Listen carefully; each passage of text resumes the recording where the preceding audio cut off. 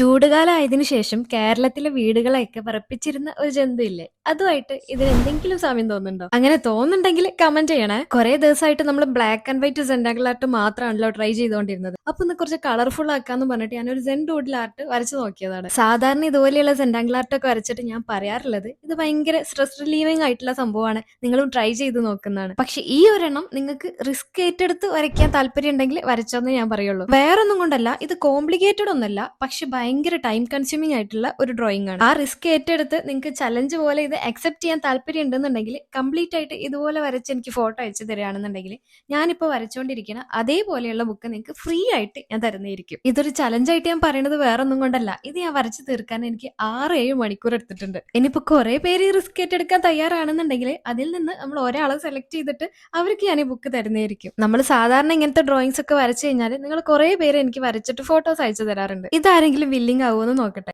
നാളെ Indian time ഉച്ച 12 മണിന്റെ ഉള്ളിൽ ഇത് അയച്ചു തരണം കേട്ടോ. ഞാൻ കുറച്ചധികം കഷ്ടപ്പെട്ട് വരച്ചതുകൊണ്ട് നിങ്ങൾക്ക് ഇഷ്ടമായിട്ടുണ്ടെങ്കിൽ ഒന്ന് ലൈക്ക് ചെയ്യാൻ ഓർക്കണ്ട കേട്ടോ.